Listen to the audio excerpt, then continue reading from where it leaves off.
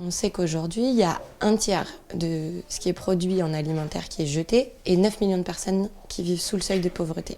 Et finalement, la pauvreté, elle est assez vaste. Ça peut être quelqu'un qui est au chômage, ça peut être un étudiant, ça peut être une famille monoparentale, ça peut être un jeune retraité ou quelqu'un qui a une petite retraite. Et toutes ces personnes-là sont les bienvenues pour participer et récupérer.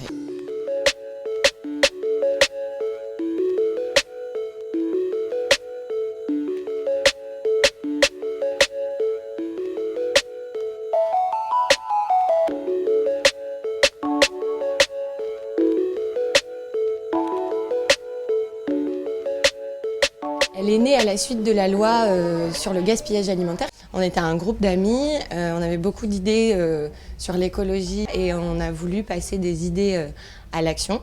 Et on a donc créé l'association pour pouvoir commencer la récupération d'invendus. Voilà comment l'histoire a commencé. On est 12 fondateurs de cette association qui existe maintenant depuis 3 ans. On a choisi de récupérer uniquement du bio d'abord parce que c'était notre éthique de consommation. Ça, c'est une première chose. Et la deuxième chose, c'est que souvent, c'est aux personnes les plus précaires qu'on voit proposer les produits de moins bonne qualité. Donc, tant qu'à faire de l'aide alimentaire, autant donner des produits les plus sains possibles. Les magasins préparent leurs invendus le matin. En fin de matinée, début d'après-midi, on les appelle et ils nous donnent les quantités du jour.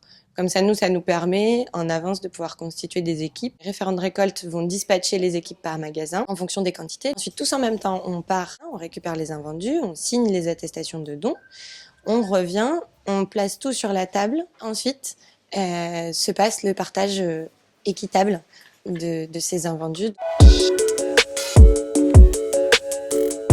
On fait des collectes d'invendus alimentaires bio par et pour les bénéficiaires. C'est-à-dire que les bénéficiaires de notre action, c'est eux qui vont collecter les denrées dans les magasins et qui vont se partager équitablement entre eux la nourriture. Donc nous, on essaye de développer l'intelligence collective au moment de ce partage, que chacun puisse prendre ce dont il a besoin. Et ça nous permet de créer une aide alimentaire qui n'est pas stigmatisante. C'est-à-dire qu'on ne vient pas faire la queue pour récupérer de la nourriture. Non, on agit.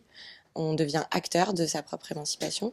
Et c'est ça le cœur de notre action, c'est la création de liens sociaux et la bienveillance collective. Le mot d'ordre, c'est pour pouvoir récupérer de la nourriture, il faut participer à l'effort collectif.